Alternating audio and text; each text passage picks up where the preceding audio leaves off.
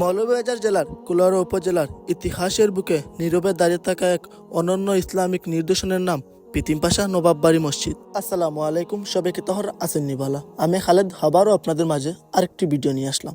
আজকের ভিডিওর মাঝে আপনারা দেখাইব ঐতিহাসিক পিতিম পাশা নবাব বাড়ি মসজিদ। এই মসজিদ শুধু ইবাদতের স্থান নয়, এটি নবাবী ঐতিহ্য, ধর্মীয় মূল্যবোধ ও ইসলামিক স্থাপত্য শিল্পের এক জীবন্ত স্মারক।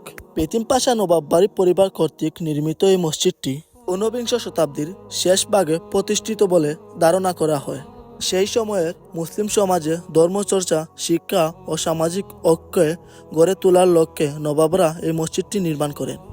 মসজিদের স্থাপত্যে ফুটে উঠেছে তৎকালীন ইসলামিক সুন্দর গম্বুজ, মজবুত দেয়াল ও পরিমিত নকশা আজও দর্শনার্থীদের মুগ্ধ করে। এক সময় এই মসজিদ ছিল এলাকার ধর্মীয় ও সামাজিক কর্মকাণ্ডের কেন্দ্রবিন্দু। কুরআন শিক্ষা, দ্বীনি আলোচনা এবং বিভিন্ন ধর্মীয় মাহফিলের আয়োজন হতো এখানে।